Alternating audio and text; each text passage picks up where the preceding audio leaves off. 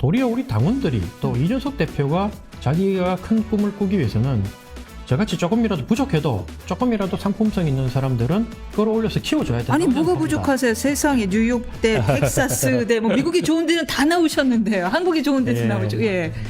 공부도 많이 하시고. 하버드 있잖아요.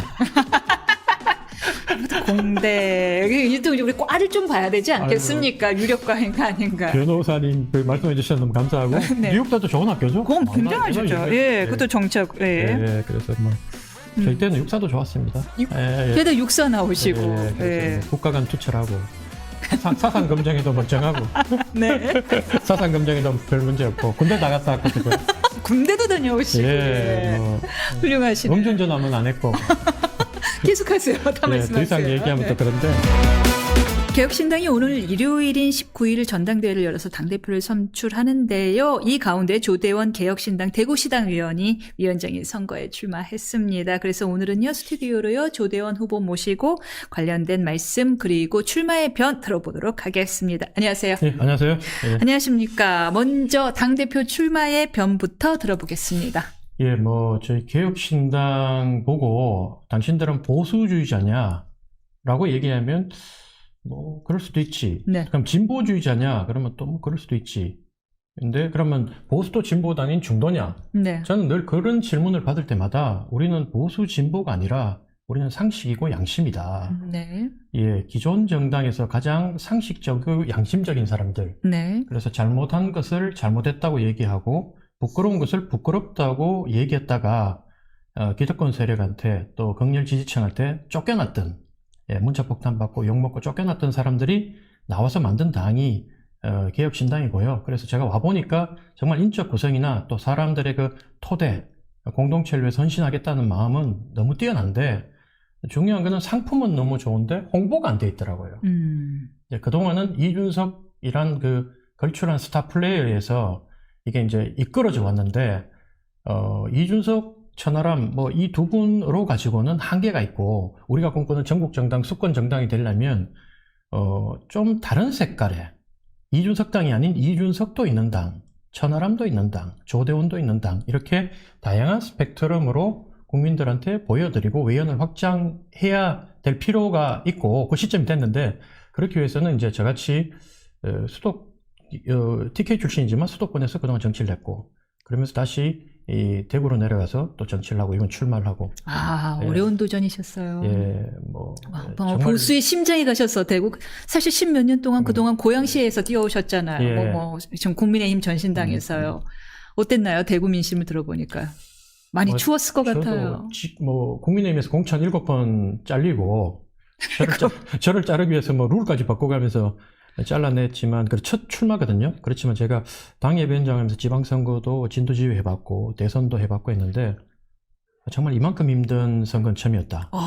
제가 대구 숙소에 한 석 달 전에 내려갔는데 네. 그 키패드를 잊어버릴 정도로 밤에 선거운동을 너무 혼신을 하고 진이 빠져가지고 이 번호를 못 누르고 이렇게 계속 이렇게 다른 번호를 누르고 있으니까 사람이 이렇게 넋이 나은 듯이 자원봉사로 온 제 비밀번호를 집 비밀번호를 잊어버렸죠. 예. 그래서 정말로 힘들었다. 그래서 제가 이번 전당대회 때도 다시는 이런 그 고통스러운 선거, 치욕적인 선거는 안 하고 싶다.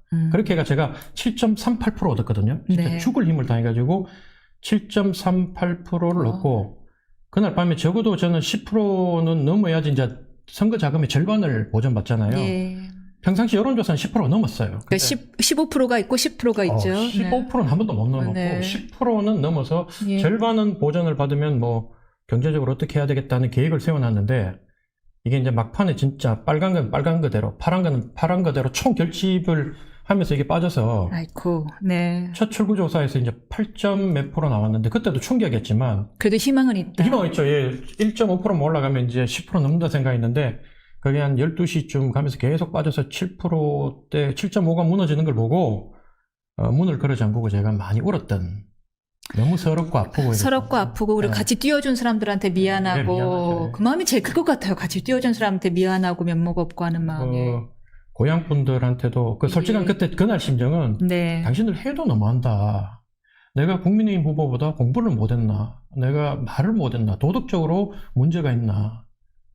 훨씬 뛰어나게 살고 뛰어나게 네. 해왔는데 그동안 늘 고향분들이 국민의힘만 찍어주고 싶지 않다. 국민의힘 이제 바꾸고 싶다고 말씀은 해놓고 근데 민주당이나 정의당이 후보가 너무 수준이 낮아서 못 찍어줬다고 했는데 국민의힘 후보보다 훨씬 좋은 후보가 왔음에도 결국 당신들은 안 찍어주잖아. 제 고향분들이니까. 제 친척들이고 심지어 제가 다니는 교회 장로님 가족들마저 절반은 조대원이 찍고 절반은 우리 국민의힘 찍어야 된다고 민주당 전라도 절에 뭉치는데 우리는 국민의힘 찍어줘야 된다고 절반 나눴다 그러더라고요. 그래서 제가 야 이게 대구구나.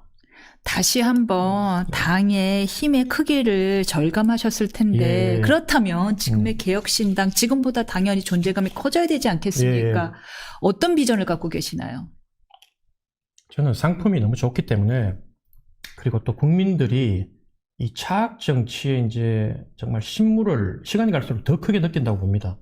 그래서 선거 기간이 되면 이번에 또 이렇게 뭉쳤지만 윤석열 대통령이 0.73% 이기고 난 뒤에 자기는 세상을 다 가진 듯이 그래서 글피다면 민주당을 향해서 국민을 향해서 대선 불복하느냐. 우리가 합법적인 절차에 의해서 이겼는데 당신들 우리가 국민이 뽑아준 뜻을 무시하고 우리 뜻대로 안 따라오느냐 이러면서 거부권 행사하고 했잖아요. 근데 그게 되게 정말 현실 몰라도 제2요구권이죠. 예, 네. 현실 몰라도 너무 모르는 거거든요. 국민은 이미 윤석열 정부를 0.73% 이기도록 해서 정권을 모든 권력을 쥐어주는 순간 네. 이제는 윤석열 정부의 반대쪽에 서서 찍어주지 못한 쪽에 서서 이 찍어준 사람을 견제하려고 생각을 하고 있는 거예요. 민주당도 마찬가지. 이번에 5점 몇 프로 이긴 걸 가지고 의석수는 뭐 6, 70석 더 한 거 아니에요.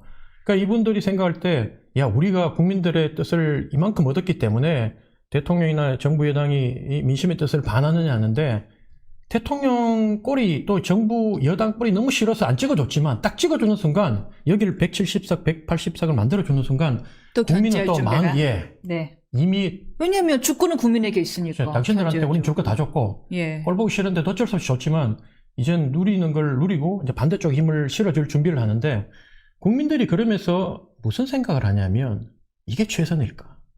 뭔가 왜 우리나라 정치는 이거밖에 안 될까?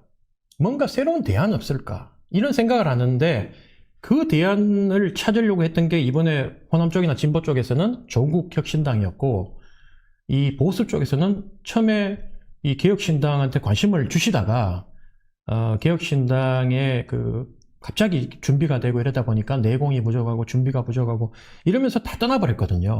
딱 갑작스러운 합당으로 예. 지지율이 뚝 떨어지고. 예. 네. 그러다 보니까 국민들이 떠났는데 도리어 지금 조국혁신당은 그렇게 파란을 일으키고 난 뒤에 지지율은 뚝 떨어지고 있다잖아요. 호남에서. 근데 개혁신당 지지율은 조금씩 올라가고 있어요. 아, 그렇습니까? 예. 가장 최근 지지율이 혹시? 뭐 제일 많이 나온 거는 예. 7%대까지 나온 걸로 제가 알고 있는데 아이고, 진작 좀 나오지. 아쉽겠네요. 그렇죠. 그랬으면 예, 그래서 그때- 비례가 조금 더. 3.5% 나올 때 제가 7.38 얻었으니까 네. 우리 당 지지율이 7.7% 됐으면 10% 넘었을 10% 넘었겠죠. 텐데. 그래서 예. 제가 뭐 커피라도 한 잔 사고 있을 텐데 이제는 계속 제가 얻어먹어야 될 것 같고요.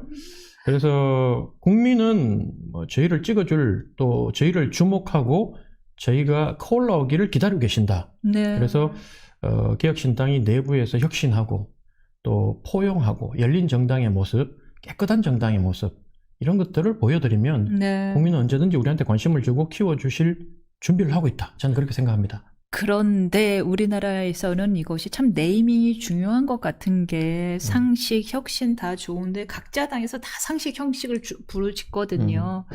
결국에는 보수의 가치 내에서의 상식 혁신이냐, 진보의 가치 내에서의 상식 혁신이냐를 구별짓지 않을 수 없는 것 같아요. 예. 굳이 구별짓는다면은 여전히 그래도 보수라고 생각하시나요? 제가 두 번째 책을 쓴 게 제목이 네. 보수, 진보 그게 뭐라고 국민이 잘 살아야지. 이게 이제 제 그 제목 책자가 아주 이제- 마음에 들었어요. 예. 그게 뭐라고? 예, 예, 예. 예. 사실 그게 국민들이 가장 많이 갖고 있는 정치에 대해서 정당에 대해서 갖고 있는 마음이기 때문에 그렇게 표현을 했던 거고요. 그리고 따져보면 현재 뭐 민주당하고 그때 제가 뭐 TV에 많이 나갈 때는 한 일주일에 5번 나갔는데 그때 나가서 민주당 패널들하고 얘기하기를 당신들이 무슨 진보 정당이냐. 당신들은 보수 정당이지. 이러면 지금 국회의원 되신 김성애 뭐 이런 당선인이 저보고 그럼 그쪽 자유한국당은 무슨 당이냐고 우리가 그럼 우리 보고 보수라 그럼 당신은 뭐냐 이러면 제가 그 당시에 우리는 수구고 아, 네. 뭐 정당이 우리는 수구정당이고 이렇게 해야 하니까 자기도 할 말이 없어요 그러던데 예. 민주당과 국민의힘은 이미 이념으로 배분하기에는 이미 너무 많이 섞여 있다. 섞여 있죠. 그렇죠. 지금 보세요. 조정훈 의원 같은 사람이 넘어와서 사실 예. 대부분이 섞여 있는데 단 하나 섞이지 않은 유일한 것이 대북 대중에 대한 이념인 것 같아요. 이젠 그거 정도 외에는 뭐 딱히 구별되는 게 없어요. 근데 그것도 보세요. 제가 네. 예전에 남북 정상회담 문재인 대통령 할 때 네. 이번에 김재섭 당선인이 자기는 당에서 내려온 현수막 안 달았다 그러잖아요. 그 원조가 저예요. 원조가. 아, 그러세요. 원조가 그래서 네. 그 당시에 나라를 통째로 북에 바치시렵니까? 라고 당에서 문구가 내려오면 저는 맞아요. 저 그 뉴스 기억나요. 네. 맞아요. 그럼 제가 문구를 어떻게 바꿔서 했냐면 세 번째 남북 정상회담 환영. 이제는 꼭 북핵 폐기 가자. 그래서 JTBC 방송에도 이슈화 나왔거든요. 됐었어요. 그거 그렇죠. 크게 JTBC 됐어요. 방송에 나오고. 네. 그러니까 이제 우리 당내에서 그 당시에 조대원 저 빨갱이다. 내부 총질한다 했지만 거기에 대해서 공감하는 분들도 꽤 많았어요. 남북 정상회담 하겠다는데 이걸 못하게 하면 우리 당도 헌법에 분명히 북한도 북쪽에 있는 영토도 우리 영토고 거기 있는 주민도 우리 주민이라고 우리가 생각했기 때문에 탈북민에 대해서 지원하는 거 아니냐. 그러면 우리는 남북 정상회담 안 할 거냐? 우리가 집권하면 통일 안 할 거냐?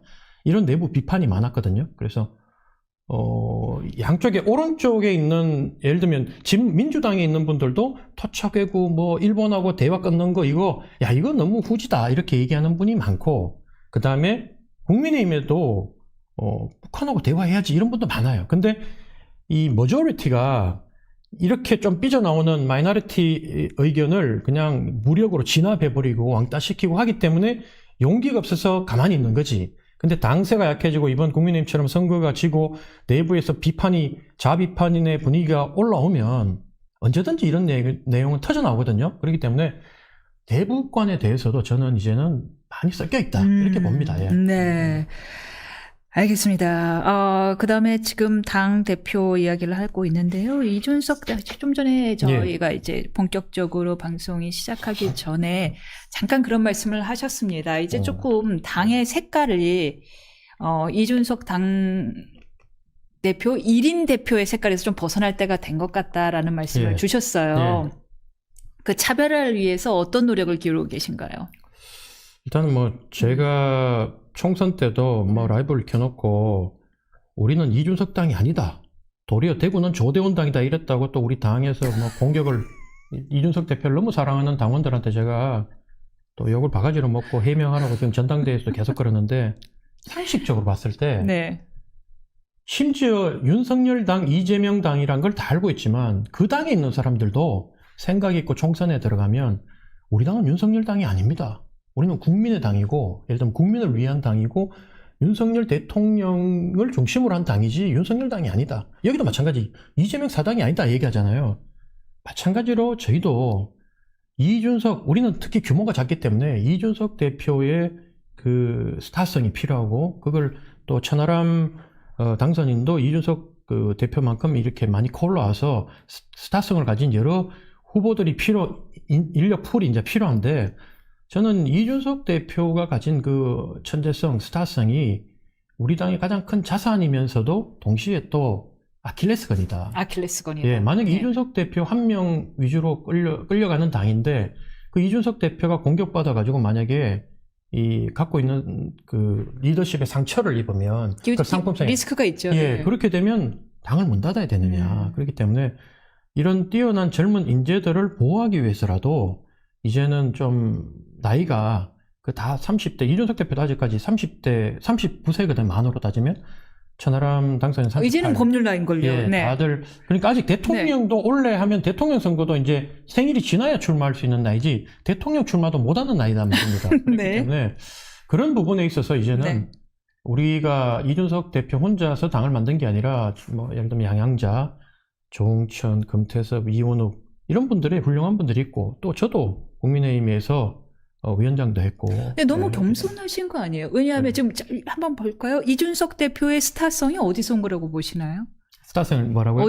이준석 대표의 스타성이 어디서 온 거라고 보세요? 그러니까 제 얘기의 취지는 뭐냐면 분명히 조 대표님도 스타성을 갖고 있는 충분한 잠재력을 갖고 계시란 말이에요. 팬덤 만드셔야죠. 제가 지금 예, 당대표 선거 기간이라서 젊고 명문대 나오시고 예. 전당대회 기간에라서 제가 사실은 다른 후보들은 전부 다 이준석 대표의 이름으로 선거를 치러요. 네. 예, 뭐 이준석 대표를 대통령을 만들겠다. 어떤 후보의 슬로건, 어떤 후보는 동탄의 기적을 전국으로 뭐 이렇게 하는데 네. 저는 뭐 2027년 집권을 위한 선명한 보수야당이라는 얘기를 했는데 사실 맞아요. 뭐 제가 제 입으로 얘기한 게 그렇고 도리어 우리 당원들이 또 이준석 대표가 자기가 큰 꿈을 꾸기 위해서는 저같이 조금이라도 부족해도 조금이라도 상품성 있는 사람들은 끌어올려서 키워줘야 된다고 아니 뭐가 봅니다. 부족하세요? 세상에 뉴욕대, 텍사스대, 뭐 미국이 좋은 데는 다 나오셨는데요. 한국이 좋은 데서 예. 나오죠. 예. 공부도 많이 하시고. 하버드 있잖아요.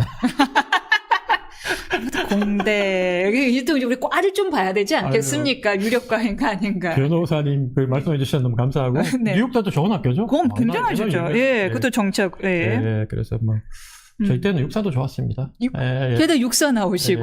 그래서 뭐 국가 간 투철하고 사상 검증에도 멀쩡하고 네. 사상 검증에도 별 문제 없고 군대 나갔다 왔거든요. 군대도 다녀오시고. 예, 뭐 훌륭하시네. 음주운전하면 안 했고.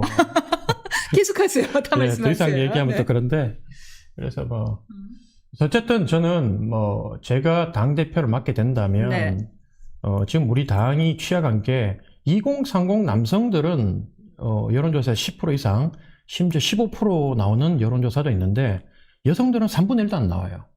그러면 우리 당에 있는 여성 또 노인 이런 분들이 나 저기 대구 경북의 60대 여성인데 나도 이 당에 있잖아. 그러면 내가 어머니 그 여론조사 대구 경북의 60대 여성 중에 1% 잡히는 100명 중에 1명의 어머니가 들어가는 거예요. 그게 전부는 아니거든요. 객관적으로. 그래서 우리 당이 이번에 선거하면서도 제가 장애인 정책이라든가 네. 여성 정책이라든가 이런 부분에 있어서 약간 조금 제가 봤을 때는 좀 가벼운 정책들이 있었다. 가벼운 정책. 가벼운 정책. 예. 예컨대. 예컨대 뭐 여성 2만 명을 경찰과 소방으로 이렇게 임용하기 전에 군대를 보내서 부족한 병력 자원을 메우고 군대를 보낸다라고 네. 얘기해서 제가 뭐 아무래도 육사를 나오고 이런 분야에 제가 그러네, 전문가는 육사를 아니지만 나오셨네요. 예, 네. 이런 분야의 전문가들 전역에서 평생을 이 분야에 연구하고 지금 병력 자원 부족한데 어떻게 우리가 대책을 마련할지에 대해서 연구하는 이런 군사 전문가들하고 많이 쉽게 이제 얘기를 해보면 그 정책은 되게 좀 현실성이 없나요? 예, 실효성도 낮고 실제로 군에 큰 도움이 안 된다. 왜요? 그 군에서 현장에서 뛰는 사람들의 내용을 적나라하게 얘기하면 또 네. 여러 가지 또 구설수를 만들 수 있는 말이기 때문에 함부로 하면 안 되고요. 도리어 이제 그분들이 그런 얘기를 했어요. 여성 현재 군 복무하는 분들 중에 결혼과 출산과 육아 때문에 결국은 군 생활을 다 하지 못하고 이 다른 분야도 여성이 그런 부분에 있어서 좀 여러 가지 제약이 남성보다는 더 많은데 아직까지 그저 눈에 보이지 않는 그런 부분들이 많은데 군대는 다다. 그렇기 때문에 그런 부분들을 진급이나 예를 들면 출산 육아를 하고 다시 복귀했을 때 쉽게 복귀할 수 있고 자기의 원래 위치로 돌아갈 수 있는 시스템과 환경을 조성해 주는 게 그게 인구를 유지하고 군의 전투력을 유지하는 데 더 도움이 된다는 전문가의 말도 있었고요. 그 다음에 이제 제가 이번에 한마디로 여성이 군 임용을 와봤자 군사계에 오히려 저해된다라는 이야기네요. 현재 대한민국 네. 군대는 남성 위주의 조직이 되어 있기 시스템이죠. 때문에 네. 여성들이 필요한 분야는 네. 이미 현재 여성으로 다 충원이 돼 있고, 그러니까 당장 뭐 전투 요원으로 분야 뭐 그렇게 들어가는 여성도 있지만 뭐 이스라엘은 그렇잖아요. 예, 그렇죠. 그런데 이스라엘도 이번에 하마스하고 전투하시는 보면 다 남자예요? 최전선에 투입하는 건 다 남성이죠. 그죠? 저격수로 넣고 예. 그다음에 적진에 넣어서 적후방에 넣어서 하는 요원들은 대부분 남성이다. 왜냐하면 그게 아무래도 육체적으로 이게 더 어느 분야든 이렇게 예를 들면 전산이 빠른 여성이 강점을 살릴 수 있는 분야가 있는데 80대 우리 할아버지 죄송합니다 아버지 80대 우리 아버지가 아직 저보다 팔 힘이 세세요. 그래요. 맞아요. 그렇기 때문에 네. 여성들이 최전선이나 이런데 투입할 때 좀 지금 현대 군대는 얼마나 그게 이제 장비로 보완이 됐는지 모르겠지만 네. 도리어 공군 이런 거는 이제 장비로 여성 파일럿도 나오고 하지만 실제로 보병 전투를 하는 데 있어가지고는 아직도 최전선에 여성과 남성을 동시에 넣어서 하는데 부담을 느낀 지휘관들이 많다. 지휘관들 입장에서는 예, 더욱더 예. 그럴듯합니다. 정치 현안 이야기도 나눠보겠습니다. 예. 지금 야권에서는 이번 주 중 윤 대통령이 최상병 특검법에 대한 거부권을 행사할 거라고 보고 있는데요. 개혁신당 어떤 입장인가요? 대통령이 거부권을 많이 행사한다는 거는 네. 그만큼 그래도 육사 출신으로서 여쭤보겠습니다. 네. 예, 뭐 육사 출신 떠나서 네. 대통령이 늘 이제 정부 여당이 얘기하기를 0.73% 이겨도 국민이 선택한 대통령이라고 얘기를 하잖아요. 국민이 권한을 위임한 대통령이라고. 그런 논리라면 그 대통령의 행정권을 견제하기 위해서 삼권 분립 제도를 만들었고 거기에 하나의 그 견제의 축으로 입법부를 만드는데 그 입법부의 요원들, 입법부의 힘도 결국 국민이 부여한 거거든요. 그래서 국민이 부여한 입법부에서 이런 부분에 대해서 견제하기 위해서 요구하는 부분에 대해서 대통령이 사사건건 거부권을 행사하는 부분에 있어서 과연 국민들이 누구 편을 들어주겠느냐. 권력자인, 주권자인 국민이 예를 들면 국회가 택도 아닌 걸로 한두 번 보냈을 때 거부권을 행사했다면 그 부분은 국민들이 대통령 편을 더 들어서 정부 여당 편을 들어주고 입법부를 도리어 예를 들면 이미 선거는 끝났더라도 정당 지지율이나 사안별 실시하는 여론조사에서 국회의 힘을 빼고 대통령 힘을 실어주겠지만 현재 드러나는 대부분의 여론조사에서는 또 총선에서의 민의가 대통령 거부권 그만 행사하라. 이게 저는 민심이라고 봐요. 네. 그래서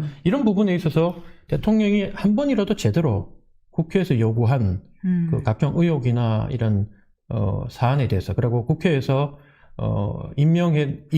대통령 임명권에 대해서 거부했던 부분에 대해서 이렇게 대통령이 그걸 수용했는지 그걸 따져보면 거의 수용을 안 했죠. 알겠습니다. 그러면 총론은 그렇고요. 강론에 대해서 여쭤볼게요. 네. 육사 출신이신데 정말 이 최상병 사건에 대하여 특검법이 현재 지금 진행 중인 거잖아요. 공수처에서도 진행 중인 거고요. 예. 그리고 대통령께서 내가 경로한 포인트는 그게 아니다라고도 해명을 하셨고요. 그럼 육사 출신께 여쭙겠습니다. 이게 정말 특검법이 필요한 사안이라고 보세요?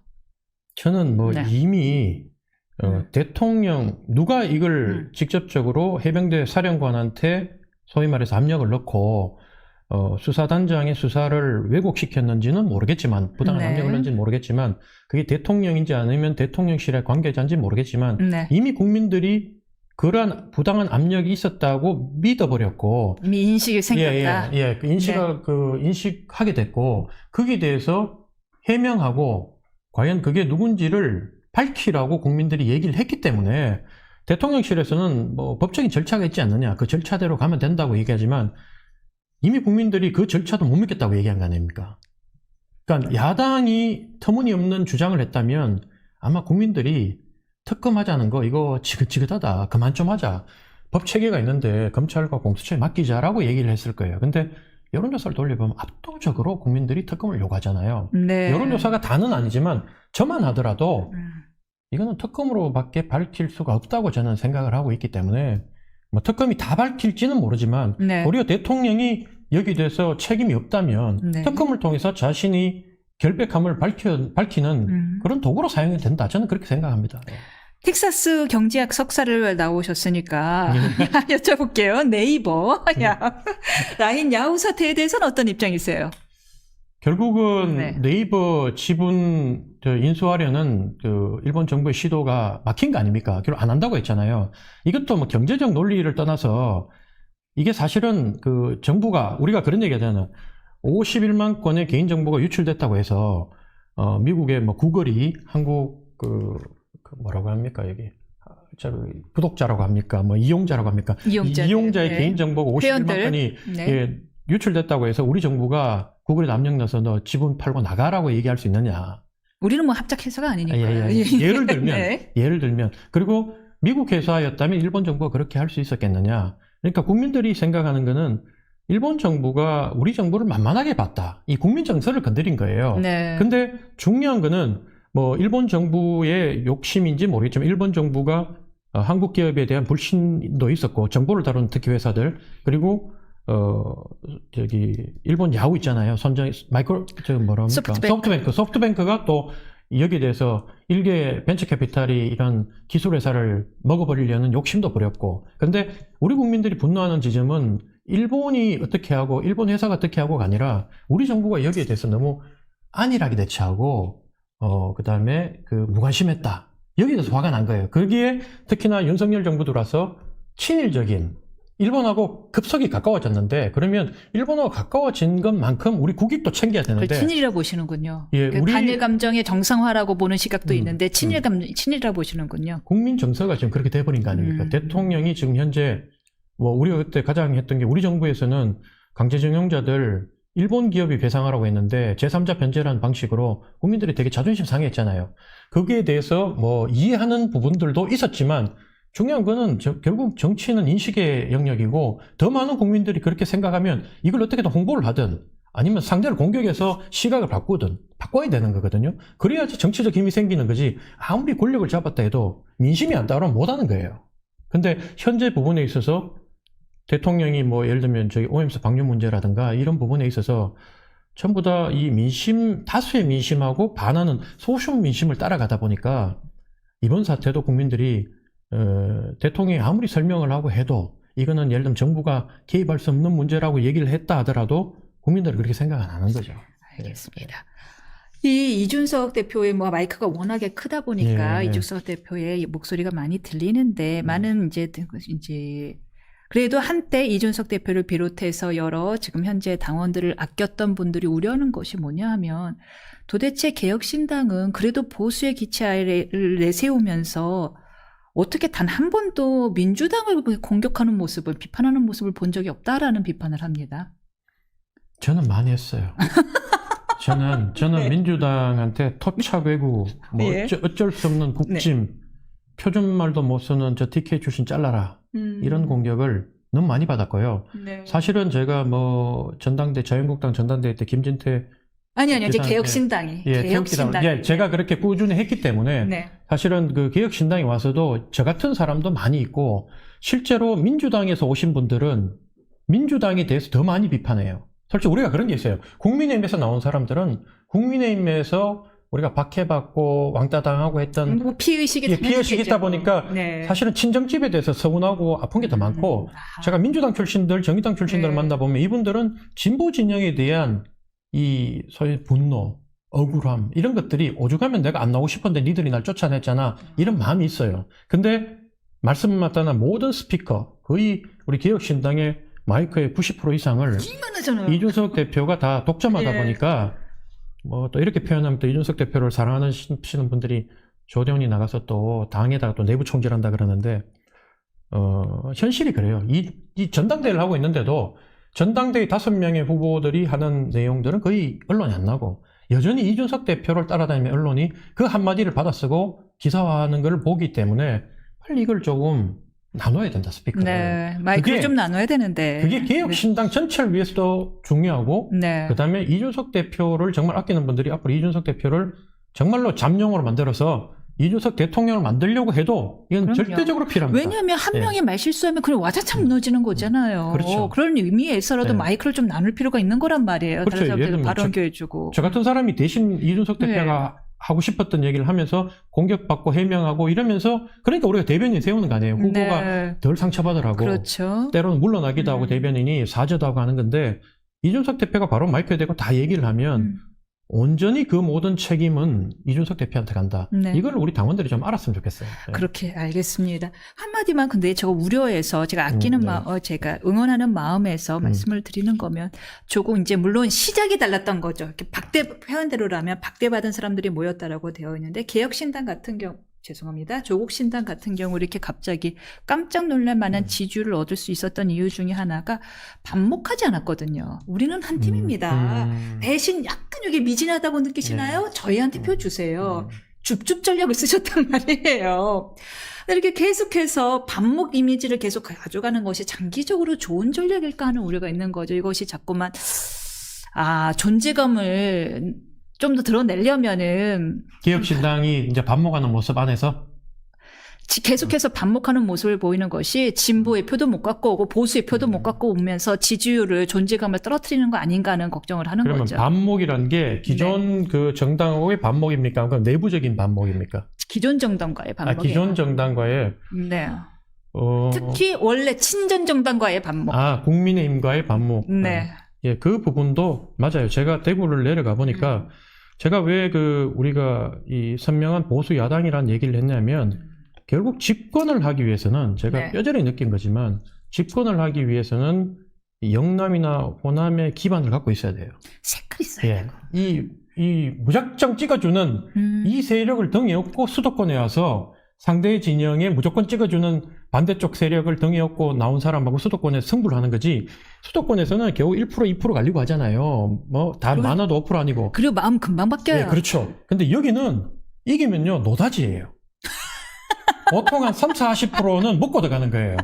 그러니까 이거를 놓치고는 선거가 안 되는 거예요. 대통령 선거는. 노다지. 예, 그렇기 때문에 제가 아무리 생각해봐도 우리 개혁신당 인적 구성과 지금 정당의 정책, 그리고 어제 우리 정책 토론회 이런 걸 해보면 저뿐만 아니라 제가 가장 왼쪽에 있고 제가 나머지 후보들은 전부 다 개혁 얘기하는데 전부 다 국민의힘의 정책과 별 차이가 없어요. 그게 비슷해요. 독도가면 저거 쇼다 그러고 국민의힘에서 얼굴을 가리고 우리 개혁신당 후보들이 얘기하는 거 보면 딱 저 국민의힘 후보들이 하는 소리나 똑같거든요. 그렇기 때문에 저는 어떻게 보냐면 결국 우리의 이 인적 구성과 정책의 방향이 결국은 국민의힘과 대구 경북에서 진검승부를 해서 국민의힘을 수구정당으로 몰아내고 여기를 무너뜨린 다음에 여기를 흡수해서 결국 결성전에서 민주당과 붙어야 되는 거지. 네. 우리 당이 지금 호남에 가서 민주당과 예선전을 치러서 민주당을 꺾고 호남의 민심을 얻어서 나중에 국민의힘과 결선에 가서 수도권에 붙는 거는 불가능해요. 그러면 말씀 네. 나온 김에 독도 간 거 쇼가 아니라고 뭐라고 보시나요? 저는 그렇게 생각해요. 어제도 그런 얘기를 했지만 아니 화나면 그러면 쇼라고 그러면 국민들이 평상시에 독도 안 가다가 일본이 망언을 하거나 네이버 빼들어 가려고 하면 화가 나서 자기 SNS에 개인 SNS에 일본 술 다 부어버리고 유니콜로 찢어버리고 독도에 가서 사진 촬영하고 태극기 흔들면 그것도 다 쇼입니까? 국민은요, 대중은 그때그때 감정이 있어요. 국민 정서란 거거든요. 제가 이 전당대회에 나가서 그렇기 때문에 그 국민의 마음을 읽고 진정성 있게 못할 것 같으면 쇼라도 할 줄 알아야 된다라고 얘기했던 게 민주당은 그런 쇼라도 잘해요. 그렇게 국민의 뜻을 이렇게 감정을 캐치하죠. 국민의힘은 늘 그때 지금 예를 들면 세월호 같은 경우에도 막 이렇게 있는데 그 앞에서 교통사고고 이게 법적으로 따져보니까 기본적으로 국민의힘은 이렇게 T형 사고들이 많아요. 공감 능력이 떨어지는 거예요. F형 사고들이 많고 네. 확실히 T형인가 저도 T형 인간이니까 그 인간 유형이 많이 가요.